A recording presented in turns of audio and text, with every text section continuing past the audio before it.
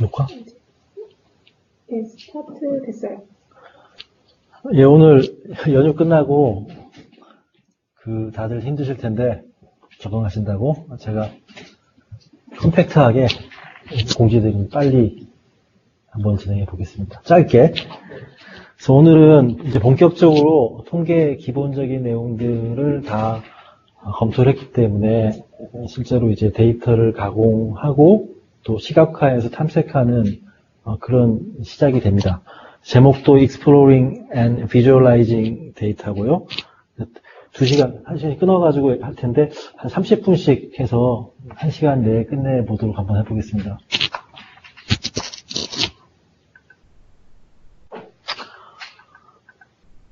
자, 그래서 전체 첫 번째가 이제 Exploring Data, 그 다음에 두 번째가 Visualizing Data가 되겠습니다.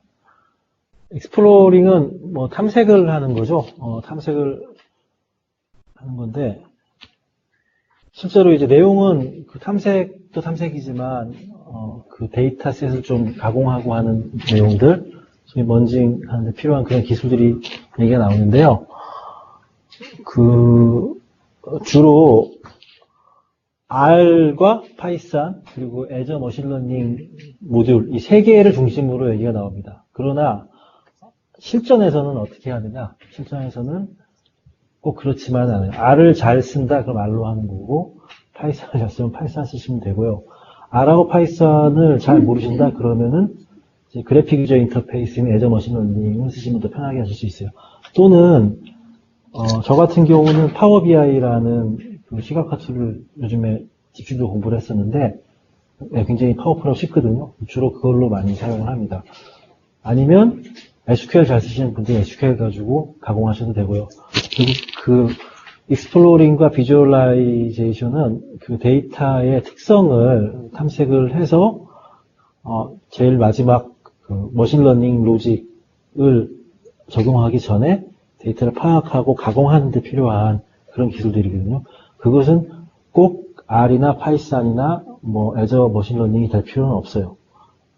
자기에게 가장 잘 맞는 걸 쓰시면 되고요. 제가 이번 연휴 동안에 그 캡스톤 프로젝트라고 이제 빅데이터 코스의 마지막 프로젝트를 했는데 거기에 뭐 파일을 뭐 수만 개를 빅데이터에 올려가지고 가공하고 뭐 이런 작업들이 있었는데 원칙적으로 배운 대로 하자면은 그 하이브나 피그나 아니면 다른 이제 빅데이터 써가지고 기술을 써가지고 가공을 해야 되는데 그게 너무 절차가 번거롭게 생각했어요. 저는 그거 잘 못 쓰니까 찾으면서 해야 되니까. 그래서 일단은 그거를 그 파일로 올린 다음에 파일로 올린 걸 다 파워 BI 쪽으로 내려가지고 인메모리에 올려버렸어요. 인메모리 올리니까 가공하는데 속도가 메모리 처리되기 빠르고 그게 뭐 수십만 건 정도이기 때문에 파일은 많아도 사실은 빅데이터가 아니에요. 제가 뭐 테라바이트급 됐으면은 메모리에서 안 되니까 거기에 해당하는 걸 썼겠지만 뭐 수십만 건, 수백만 건, 한 수억 건 단위까지는 이제 인메모리 기술로 자기 클라이언트에서 할 수 있기 때문에 받아가지고 툭탁툭탁 해가지고 빠르게 정리해서 바로 시각화에 답을 내버렸거든요. 그래서 그게 원래 4주짜리 코스인데 해보니까 하루 딱 걸리더라고요. 뒤쪽이 빨라져가지고. 그러니까 내가 잘 쓰는 도구 가지고 최초의 어떤 그 큰 가공 같은 것들은 빅데이터 기술로 하고 나머지 세밀한 것들은 서브 세팅 해가지고 내가 편한 도구가 정리하면은 없이 나오기 때문에 너무 기술에 여기서 이제 R과 파이썬을 얘기하는 거는 데이터 사이언스 쪽에서 가장 많이 쓰는 랭귀지이기 때문에 이제 여기 소개를 하는 거고 그리고 애저 머신러닝 툴을 소개하기 위해서 이제 세 번째 애저 머신러닝 쪽에 있는 데이터 프레임 조작법들을 얘기하는 거지 여기에 너무 이렇게 고착되실 필요는 없어요. 편한 마음으로 들으시면 됩니다. 그 데이터 프레임이라는 얘기가 처음에 나오는데 그냥 그 테이블 형태의 데이터셋을 지칭한다고 보시면 됩니다. 그래서 R에서는 원래 뭐 무슨 데이터형이 여러 가지가 있는데 뭐 리스트도 있고 뭐 컨비네이션도 있고 여러 가지가 있는데 일단 기본적으로 데이터 프레임이라고 그래서 저런 그 로우와 컬럼으로 된 그리고 각각의 컬럼은 데이터 타입을 틀리게 갖는 거죠. 이런 형태로 받는 거고요. 이제 이 데이터 프레임이라는 그 자료 유형이 R, 파이썬, 그리고 머신러닝 쪽에도 다 공통으로 쓰는 가장 주요한 데이터 형식이다. 그리고 대부분 7, 8%다 이걸 가공하는 쪽에 들어가는 거죠. 또 SQL도 저런 데이터 프레임 타입으로 데이터셋이 떨어지겠죠. C#이나 자바도 마찬가지로 저런 데이터셋을 만들 수 있습니다. 그리고 주로 이제 작업하는 게 보시는 것처럼 로우나 컬럼으로 서브 세팅하는 거죠. 부분 집합들을 이제 버티컬하게나 아니면 이제 수직주의 수평적으로 이렇게 잘라내는 것들, 뭐 다이싱이라는 얘기도 있죠. 두 개 다 하면 그렇게 이제 각 조작하는 부분 또는 필터를 걸어가지고 특정 조건을 뭐 제거한다든지 아니면은 여기에 새로운 컬럼을 추가한다든지 이런 작업들에 대해서 사전 준비 작업으로 이제 앞쪽 부분이 채워져 있습니다. 그래서 그 R 쪽에서는 R은 좀 오래됐지만 다들 많이 쓰는 이유가 많은 패키지들이 있다. 패키지는 특정 용도에 맞춰가지고 사전 작성해 놓은 코드 라이브러리죠. 그래서 디플로이어라고 있던데 디플로이어 같은 경우에는 데이터 프레임을 조작하는데 특화된 패키지고 이렇게 처음 시작할 때 라이브러리 가로치고 이제 디플로이어라고 치면은 이제 임포트가 돼가지고 그 R 랭귀지 쪽에서 쓸 수가 있게 되죠.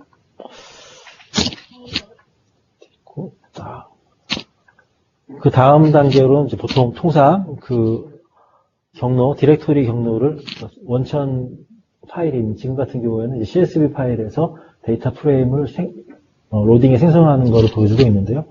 이렇게 원천 파일에서 파일명 2개 조작한 다음에 그 read.csv라는 펑션으로 이제 frame1이라는 변수에다가 이렇게 쭉 읽어 들어오게 되죠. 이렇게 읽어 들어오면 이제 얘가 데이터 타입이 데이터 프레임으로 세팅이 되게 됩니다. R은 이제 이런 식으로 해요. 근데 이거를 R을 잘 모르시는 분은 그냥 그러려니 하십시오. 아시는 분들은 너무 쉬운 내용이죠. 자, 이렇게 들어오면은 이제 이렇게 데이터 프레임이라는 자료 구조가 그 머신의 메모리상에 상주하게 됩니다. 이때 이제 필터 같은 이런 함수들이 디플로이어에서 제공되는 함수들이죠. 이 데이터 프레임에 대해서 컬럼 1이 2013인 것만 필터해서 프레임 1이라는 데이터 프레임을 다시 덮어 쓰는 거죠. 이걸 실행하면은 프레임 1은 이렇게 2013년도 직전에 이제 다 있는 이 데이터셋을 이렇게 그 로우가 필터링이 되는 거죠. 뭐 이런 식이에요. 그래서 두 번째 뭐 처음에 여기를 select라는 함수를 쓰면은 이 select에서 나열되는 컬럼만 이제 선택되는 거죠. 이렇게. 그리고 또 mutate라고 이제 컬럼을 추가하는 건데 컬럼 4라는 레이블에 두 번째, 세 번째를 합친 걸 하라 뭐 이렇게 스윙을 하면은 프레임 1에 이게 하나가 붙는 거죠. 이렇게. 되게 쉽죠? 네. 이런 작업들을 R로 할 수 있다는 거죠. 그 밖에 이제 이 벌브라고 이제 용어가 돼 있던데 뭐 그룹 바이나 디스팅트 중복 제거 그리고 이제 샘플링 이건 이제 프랙션이니까 이제 그 50% 샘플링 특정 데이터셋에서 또는 500라인 샘플링 이런 식으로 샘플링하는 함수도 있고요.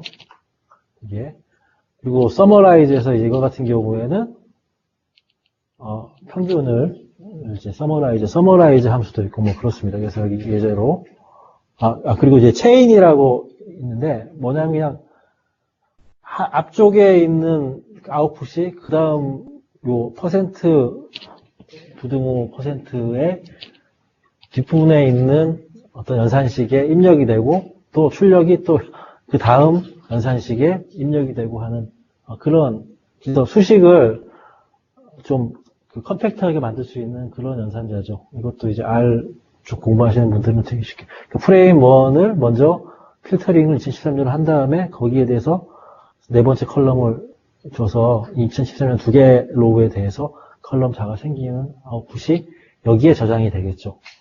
얘만 찍으면 얘가 쭉 리스팅 나오는 그런 식입니다. 그래서 이거를 일단 간단하게 R쪽에 지금 나와 있는 예제를 설명을 드렸고요. 실제 이걸 저희 예제 파일이 있죠. 그 예제 파일을 어떻게 돌리는지 설명을 드릴게요. 저희 동영상 강의에는 예제만 나오죠. 근데 예제를 어떻게 돌리는지에 대해서는 좀 모르실 수 있을 것 같아요. 먼저 머신러닝 스튜디오 애저 ML.net에 들어가신 다음에 로그인을 합니다. 로그인 하시고 익스페리먼트를 가시면은 이제 머신러닝 스튜디오가 정확히 호출이 되고요. 그 다음에 이쪽 노트북으로 가세요. 노트북으로 가시면 주피터 노트북기를 열 수 있는 판이 나오는데요. 여기서 뉴를 누르시고 로컬 파일 쪽에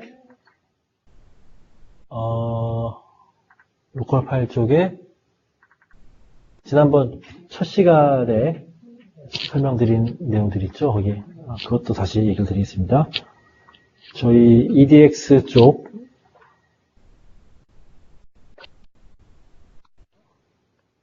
로그를 미리 해놨어야 되는데 죄송합니다.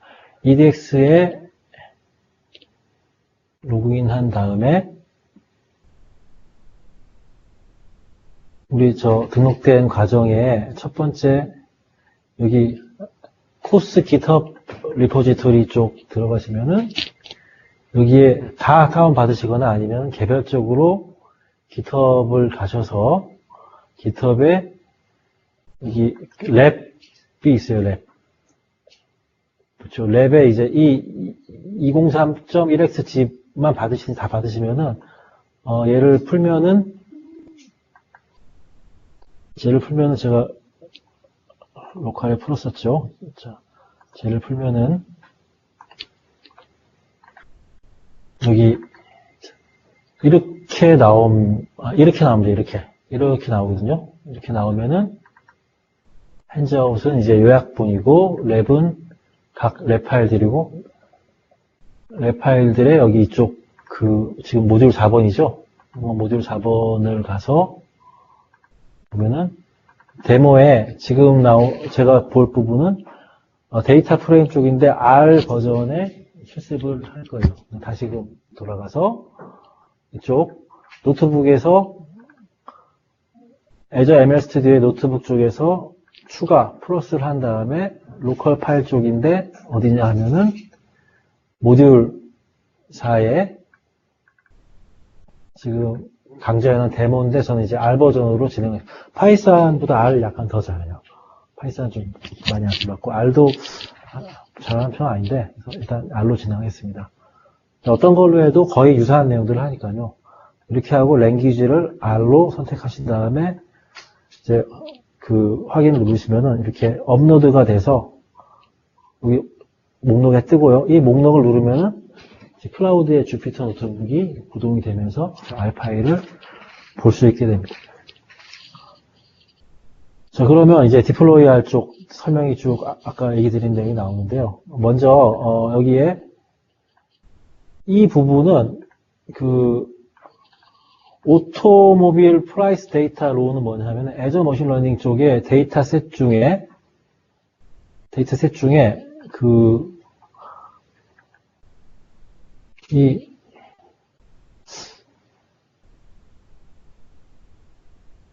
제가 다시 찾아볼게요. 자, 예를 들어 이제 익스페리먼트 같은 걸 하나 만들고 블랭크를 만들게요. 블랭크를 만들어서 데이터셋 보면 이제 내 것도 있고 여기에 샘플로 되어 있는 게 있죠. 이 샘플을 추가한 다음에 추가해서 여기에 코드 액세스를 보면 이렇게 파이썬의 R 쪽에서 클라우드 애저 머신 스튜디오 상에 있는 이 데이터셋을 로딩하는 샘플 코드가 나와요. 그래서 이 라이브러리 찾아가 리포트 한 다음에 얘를 구동하면은 내 워크스페이스에 있는 데이터셋을 주피터 노트북 또는 R 스튜디오나 이런 데서 땡겨 쓸 수가 있거든요. 이렇게 작업하시는 방법이 있고 아니면 지금 처음 얘기 드린 것처럼 머신러닝 스튜디오에서 노트북을 열어가지고 이제 지금 예제 파일을 보면은 이제 바로 지금 컨텍스트가 스튜디오에 엮였기 때문에 아까 예제 코드처럼 각종 키나 이런 걸 넣을 거 없이 바로 이 명칭으로 오토모빌 프라이스 데이터 로우가 이제 바로 이건데 이거 지금 샘플로 쓸 수 있는 게 바로 연결이 되는 거죠. 이름으로. 그래서 요 두 개는 자동으로 이제 그 연계하는 그런 부분이고요. 그 다음에 이제 여기 보면은 일단 한번 돌려보겠습니다. 돌리면은 Shift Enter를 누르시든지 또는 이제 얘를 누르면 이 셀만 수행이 되죠. 노트북에서. 그럼 여기에 워닝 메시지가 쭉 나와요. 이렇게. 그러니까 이 첫 번째 셀의 의미는 그 좀 불완전한 미싱 밸류들이 있는 로우를 날리는 거예요. 이거를. 자, 지금 시간이 좀 지나겠지만 제가 다시 볼게요. 여기 인서트 셀을 하나 여기 올리고 제가 이것만 실행을 하게 되면은 어떻게 될까요? 여기 이제 auto.price라는 데이터를 프라이스하고 뭐 얘를 몇 가지가 있는데 일단 이렇게 됩니다. 죄송합니다. 네. 나 베낄게요. 여기 str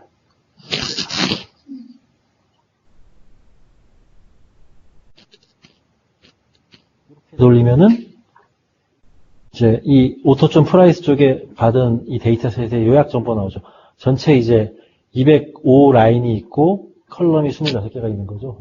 나오는데 밑에 나오는 그 함수를 하나 만들어서 이 함수 쪽에다가 전달을 해가지고 얘를 돌리면은 먼저 이제 벡터 값으로 그러니까 그 컬럼에 대한 어떤 그 일련 항목들이죠. 벡터 프라이스, 보어, 스트로크, 하우스 파워, 홀스 파워, 피크점, RPM 이 5개 컬럼들을 컬럼 벡터로 만들고 그리고 이제 이게 항목이 없으면 R은 다 선택하는 거예요. 전체 로우에 대해서 이 컬럼들에 대해서 해당 컬럼을 넘버로 변환시킨 애들을 여기다가 넣는 거예요. 어렵죠? 처음 보시면은.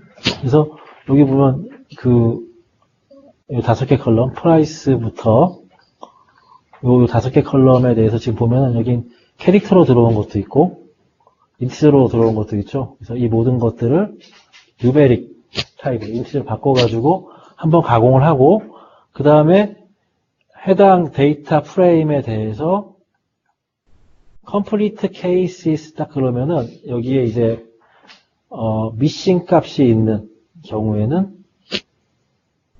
false가 떨어져요. 그래서 false가 떨어지면 빠져요. 그 대상자들이 이렇게 지금 한 5건 정도가 발생하는 겁니다. 그러니까 여기 요걸 호출을 하면은 지금 로드한 이 auto.price를 이 함수에 전달하게 되고요. 이 함수죠. 전달하면 이제 얘가 이 데이터 프레임에 있는 5개 컬럼을 먼저 뉴메릭으로 바꾸는데 뉴메릭이 바꾸지 않은 애들은 문제가 있는 것처럼 컬럼이 바뀌고 이것도 볼게요. 어떻게 보이나?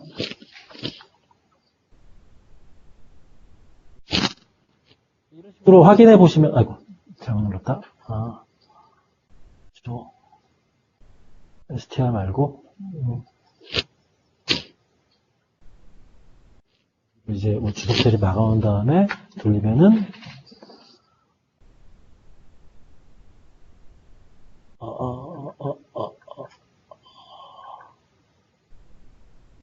잠깐만요. 잘못했네. 이렇게 하지 말고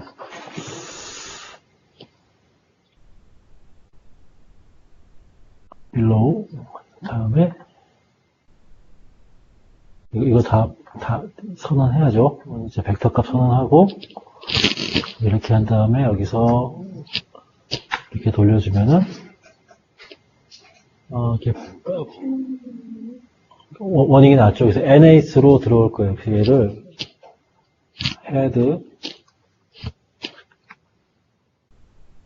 헤드는 이제 앞에 몇 줄 보는 거죠. 이렇게 해서 20줄 정도 보겠다. 다시 이게 손하면 이렇게 뒤쪽에 잘렸네, 밑에. 왜 이렇게 NA 값으로 이렇게 변환 안 되는 것들은 자, 이런 애들을 빼기 위해서 다시 밑으로 갈게요. 여기에 그 완벽하게 케이스가 일치하면은 true 아니면 false가 떨어져가지고 거기에 걸리는 애들 이 5라인이 빠져서 이제 얘를 수행시킨 다음에 다시 str로 해서 그 데이터 프레임 정보를 보면은 여기는 195로 줄었죠. 오브젝트가. 여기 처음에는 200 몇이었죠? 처음에는 그냥 205가 195로 바뀌는 이겁니다. 이게 너무 장황하게 처음이라서 이렇게 설명드렸는데 이런 식으로 이제 데이터 프레임 쪽에 그 뭔가 클린징을 하는 거죠. 클린징을 하고 또는 이제 이거 같은 경우 필터링 하는 거. 자, 디플로이어 패키지를 이제 임포트 한 다음에 돌리면 이거 같은 경우에 이게 메이커가 아우디인 데이터만 쫙 이제 필터링 되는 거죠. 그런 식으로 여기에 또 이거는 오토점 플라이스의 그 20부터 30 라인까지 10줄만 딱 빼는 거죠. 밑에 이렇게 20부터 30번째 이렇게 요거를 이렇게 빼는 거고요.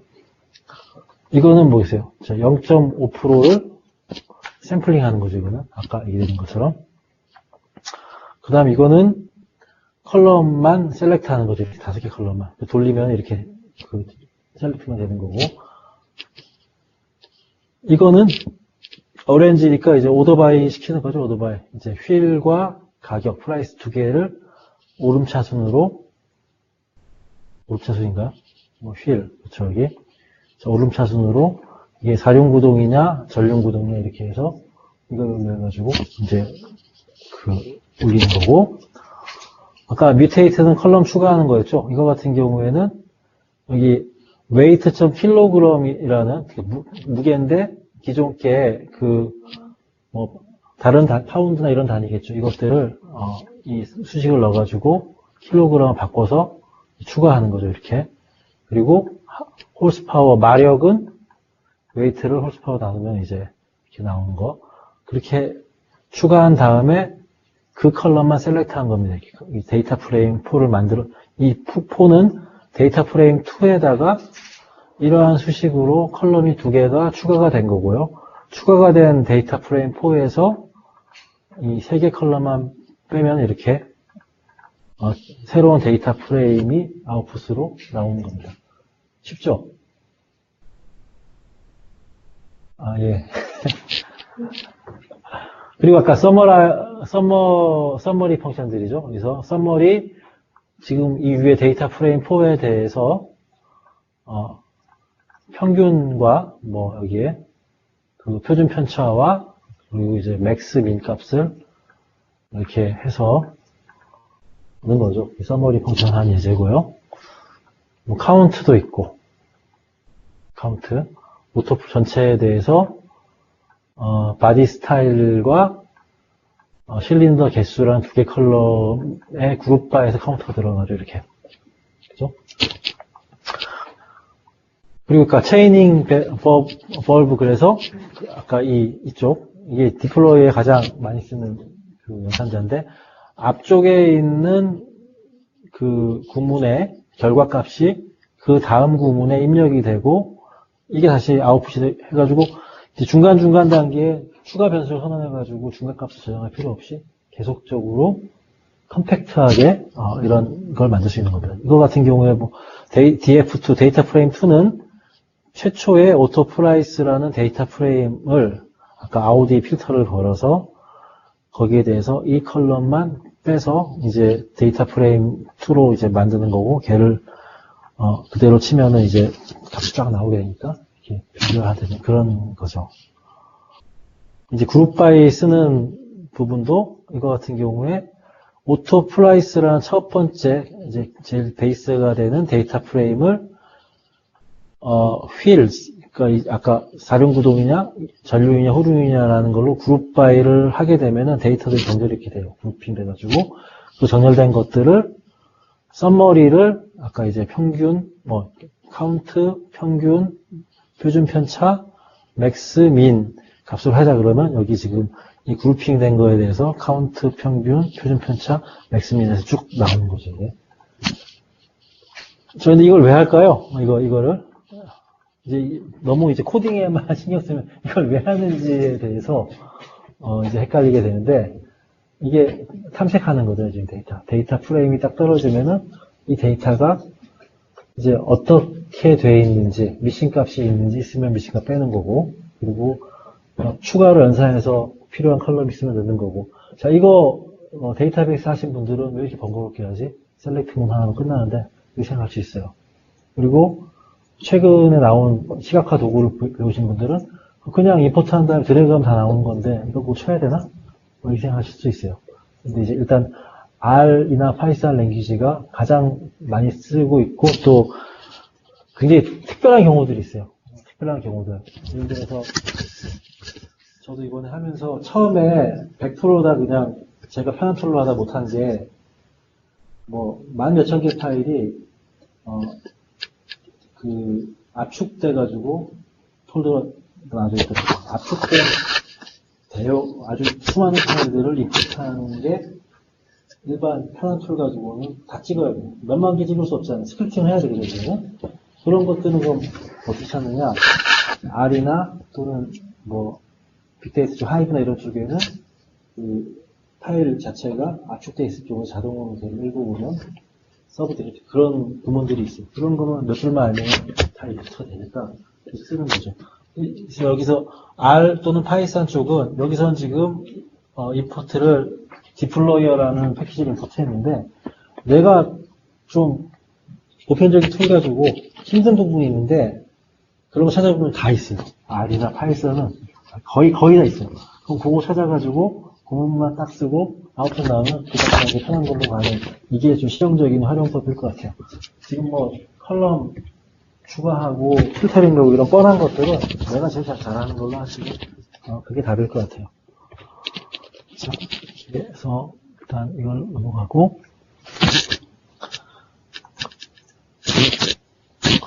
그래서 이제 조금 전까지 R 쪽에서 많이 쓰는 디플로이어에 대한 간략한 소개 어떤 느낌인지만 아시면 돼요. 그 다음에 이제 파이썬 쪽에서는 팬더스라고 하는 또 이 패키지가 되게 유명하고 한데요.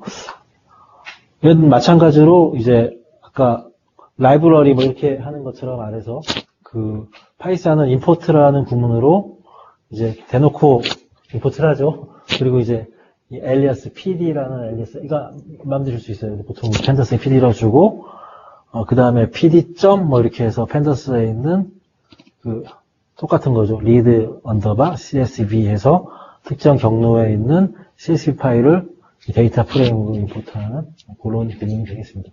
거의 뭐 1대1 매핑이 되게 유사해요. 그리고 이렇게 하면 이제 컬럼 2만 선택하는 거죠. 그리고 이거는 2개 선택하는 거고 약간 꺽쇠가 2개 있고 이런 건 좀 차이가 있죠. 많이 쓰면 헷갈리지가 않는데 안 쓰면 찾아봐야 돼 그때. 그리고 이걸 해석하시는 분 이게 무슨 의미일까요?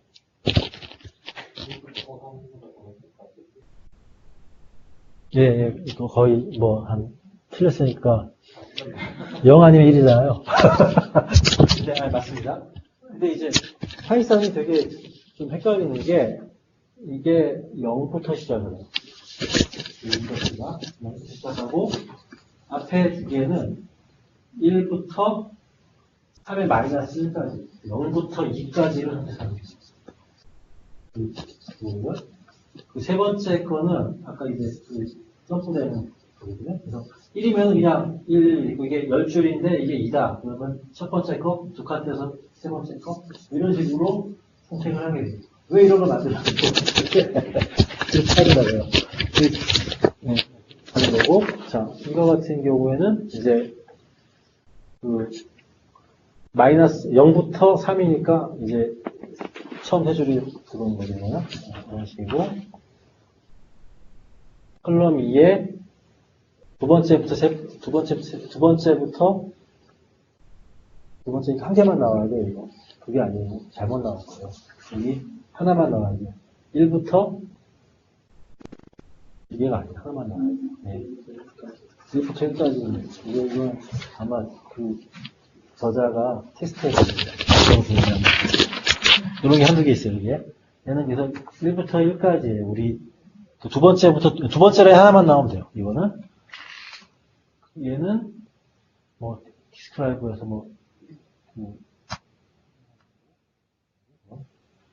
이건 이제 컬럼 추가하는 거죠. 이런 식으로 이제 펜더스를 쓴다. 얘는 자르는 거죠. 드랍이니까. 그 밖에 뭐 유용한 이즈널, 뭐 그룹바이도 있고 여기도 카피, 웨어절도 있고 그다음 뭐 어플라이라는 구문도 있고 제가 그 얘들을 다 알지는 못하는데 이런 것들이 있어서 그룹 바이 컬럼 어터썸하면 이렇게 컬럼 1은 안 보이지만 나머지 컬럼 2, 3에 대해서 3개니까 3개로 주겠죠. 3개에 대한 그룹핑의 썸이 나오는 거고 이렇게 펜더스 주고 쓴다 입니다. 그래서 그 파이썬은 실습은 따로 해보지 않을 거고요. 그리고 그 다음에 나오는 것이 그러면 그 R 데이터 프레임 애저 머신러닝 스튜디오에서 어떻게 쓰느냐. 이제 이게 지금 강좌에 나오는 거지만 이 그림은 무엇을 도식한 거냐 하면은 데이터셋을 놓고 여기에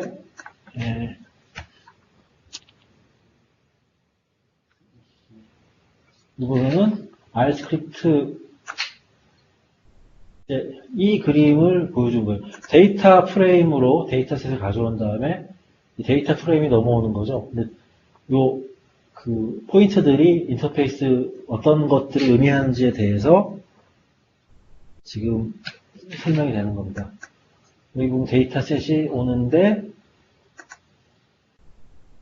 데이터 프레임을 받게 되고요. 실제 이제 구멍이 앞에 2개는 데이터 프레임을 2개까지 받을 수 있는 거예요. 그래서 참조는 MAP, Map Input 포트죠. 그래서 포트 1번, 2번 이렇게 데이터 프레임 받아가지고 이쪽에 그 프레임 1 또는 내가 정한 임의의 데이터 프레임 명칭을 받을 수 있는 거고요. 3번 포트는 그 소스가 돼요. 뭐냐면 이쪽은 내가 작성한 스크립트를 저쪽으로 링크 시켜주면은 그 스크립트 참조해가지고 이제 안에 이 프로그래밍에서 여기에 써져 있는 어떤 정의되어 있는 함수나 변수들을 참조할 수 있도록 해주는 그런 기능. 그리고 이 결과는 일단 그 디바이스 포트라고 해서 뭐 로그가 남듯이 그 RStudi오에서 결과창이 아웃풋창에 뜨는 것 같은 것들은 다 이쪽으로 표시가 되게 되고요. 그 다음에 이쪽 포트로는 이제 이 맵 아웃풋 포트라는 이 그 함수를 가지고 이렇게 매핑해서 나가게 돼 있어요. 한번 다시 이쪽을 보시죠. 이거는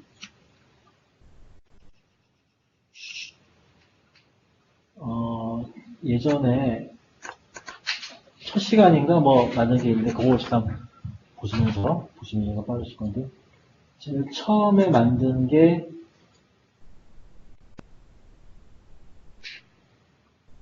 이거 기억 나실 거예요. 제일 처음에 신용카드 스코어 A를 가져와 가지고 컬럼 선택을 하는 거를 이제 애저 머신러닝에 있는 어떤 이 모듈 가지고 한 게 하나가 있고 파이썬 스크립트로 작업한 게 있고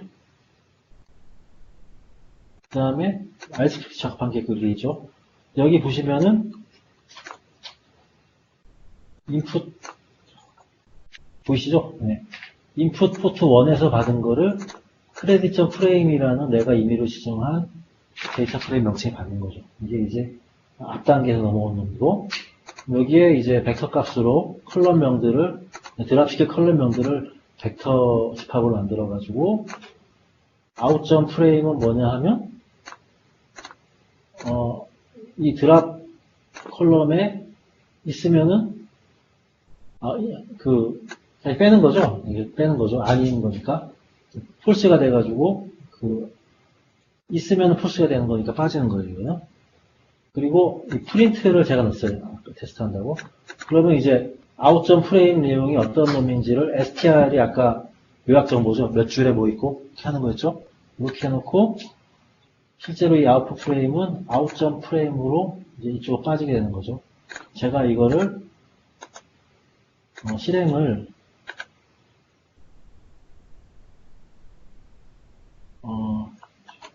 좀 시간이 걸릴까? 기억나시죠? 이렇게 해서 이쪽에 투프레스 뭐 이걸로 해가지고 했던 거 처음에 오래 걸리지 않으니까 올려야 되겠네. 일단 컬럼을 이제 해서 다음 단에 넘어가서 쭉 갈 텐데 자 거의 다 들었죠? 지금 여기 R 스크립트 쪽에 제가 프린트를 넣었죠? 그럼 아까 디바이스 아웃풋이 두 번째라고 했죠? 여기를 눌러서 비주얼라이즈를 보면은 이거 아까 보시던 거죠. 전체 950개 레코드가 있고 16개 컬럼이 있고 컬럼 특성이 있고 여기 이제 그 아웃풋에 나와야 되는 것들을 이 블럭에서 확인하실 수 있는 거예요. 그 다음에 이쪽은 이제 데이터셋 나가는 거죠.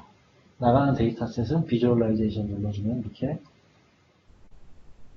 각 항목별로 타입이 뭐고 쭉 나오죠. 얘 같은 경우에는 뉴메릭이고 이거 같은 경우에는 스트링 피처가 이런 식으로 이제 다 나오는 거죠.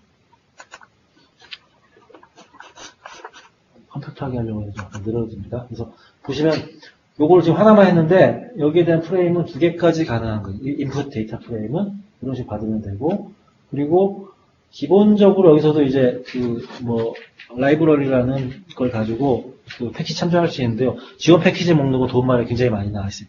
근데 지원되지 않은 패키지면은 또 내가 커스텀하게 만든 어떤 함수나 이런 거 쓰겠다.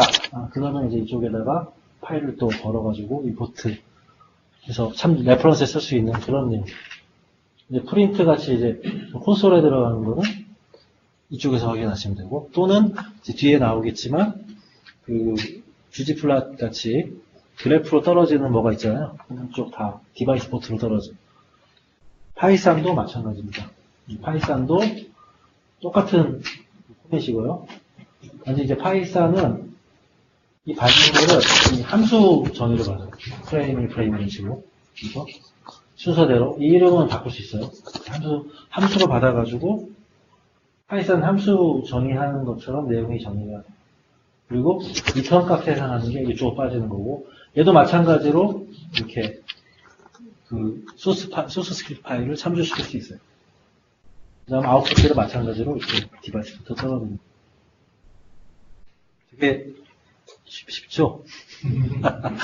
근데 이거를 저는 실제 써본 적은 아직 많이 안 해서 그럴 수도 있지만은 없고요. 저는 이제 데이터 조작은 저 같은 경우에는 주로 관계형 데이터베이스 쪽에서 작은 것들, 큰 것들은 빅데이터 쪽에서 하든지 이렇게 진행합니다. 근데 위객수 하신 분은 이런 식으로 R이나 파이썬의 고수다. 이게 훨씬 더 빠르고 마음대로 할 수 있으니까 이렇게 하시는 거죠.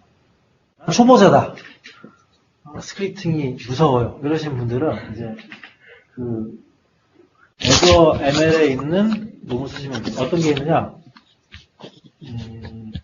여기 지금 저희 동영상 문제 안 나오는데 아까 이제 셀렉트 컬럼 같은 건 컬럼 선택하면 되죠. 여기서 론치 컬럼 해가지고 이름으로 할 수도 있고 어떤 룰로 할 수도 있고 이렇게 선택하면 돼요. 선택하는 게 있고 여기에 이제 저희 슬라이드에 나온 내용은 메타데이터 에디터라는 게 있어요. 에디터 메타데이터 이런 모듈이 있는데 얘는 보면은 끊고 해볼까? 끊고 새롭게 만들면 더 빠르니까 제가 새로 만들어 볼게요. 데이터셋에 아무거나 이렇게 아무 데이터셋 보내죠. 얘를 비주얼라이즈로 보면은 사실 이게 더 편하죠. str 쓰는 것보다. 분포도 다 나오잖아요.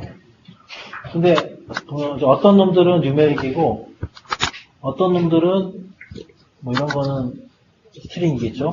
그럼 제가 얘들을 다 스트링을 바꾸고 싶어요. 예를 들어서. 그럼 여기에 메타데이터, 에디트 메타데이터 찾아가지고, 이렇게 쫙 넣고, 연결시키고, 이 보면은,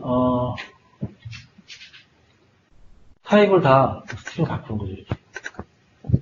이렇게. 어떤 컬럼에 대해서, 뭐 전체 다. 전체 모든 컬럼. 예, 김한태입니다. 저 지금 회의 중입니다.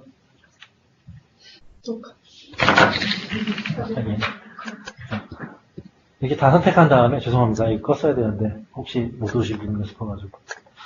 이렇게 하면은 전체 컬럼을, 다 스트링 바꾸는 거죠. 이건 짧으니까, 스트링을 시키면은,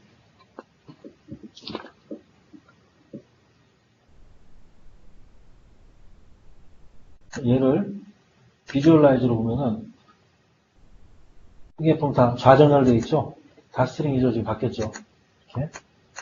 그래서 뭐 형변화이나 컬럼 선택이나 또는 뭐 여러 조작들을 이쪽 그 애저 머신러닝 스튜디오의 카테고리 중에서 여기 뭐 트랜스폼이나 데이터 트랜스폼이죠. 이쪽에 필터 거는 거 뭐 등등등 많이 항목들이 있어요. 그래서 이거는 그냥 드래그 해가지고 이렇게 선택하면 되는 겁니다. 단지 이걸로 힘든 거는 아까 얘기 드린 것처럼 좀 대량 작업이나 복잡한 작업 같은 거 스크립트로 몇 줄이면 되는데 이걸로 막 땡겨가지고 이렇게 해야 되는 거죠.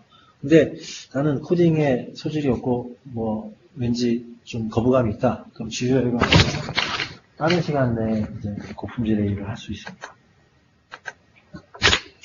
메타데이터는 뭐 여기 타입이 뭐 데이터 타입도 있고요. 데이터 타입도 메타데이터고 그리고 이제 연속 변수와 이산 변수. 그러니까 연속 변수는 여기 나온 것처럼 뭐 온도나 거리나 같이 이어지는 그런 변수 값들이고 이산 변수는 이제 딱딱 끊어지는 거죠. 1, 2, 3, 4 등수나 이런 것처럼 사람의 숫자, 뭐 그 자동차의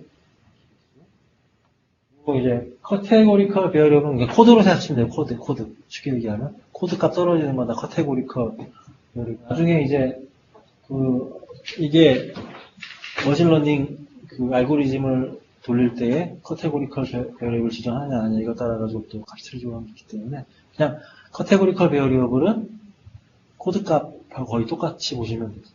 컬럼 항목에서 이게 많으면은 문제를 당연히 그러겠죠 이게. 여기 카테고리 값들이 굉장히 많으면은 문제를 발생할 수 있습니다. 이것도 나중에 실제 발생하는 걸로 얘기를 하시죠. 오늘 올린 내용 중에서 비슷한 디멘전이 많으면은 우리 값이 이상해진다는 올린 거 있으시죠? 그것도 이거 일맥상통하는 부분이 있어요. 카테고리가 많아지면은 상호작용하는 어떤 항목들도 많아지기 때문에 오히려 더 노이즈를 많이 발생시킬 수 있는 그런 것들도 있고 시각화 시킬 때도 너무 카테고리가 많으면은 안 보여요. 사람이 알아볼 수가 없어요. 뭐 그룹핑 하든지 해가지고 단순시키거나 중요하지 않은 거 빼면 소리 나는 그런 게 필요합니다. 그래서 여기 그 얘기네요. 그래서 굉장히 빈번하게 카테고리들은 그 카테고리 수를 줄이는 이게 그룹핑하는 거죠. 그룹핑. 그래서 그룹핑하는 작업들이 필요할 수 있다.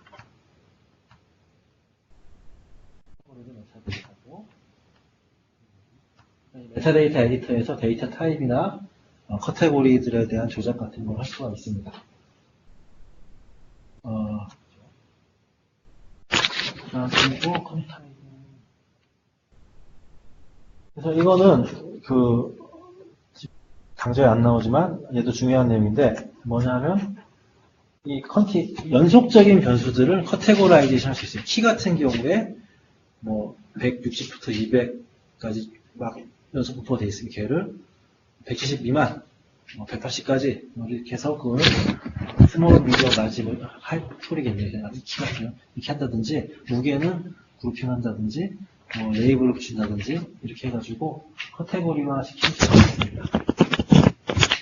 뭐 소득 구간이나 덥다 춥다 이런 식으로 이렇게 하면은 나중에 이제 데이터를 분석할 때 도움이 되죠. 사람이 알아볼 수 있어요. 너무 많은 못 알아보지만 그런 내용입니다. 여기까지 첫 번째 시간을 10분 쉬었다가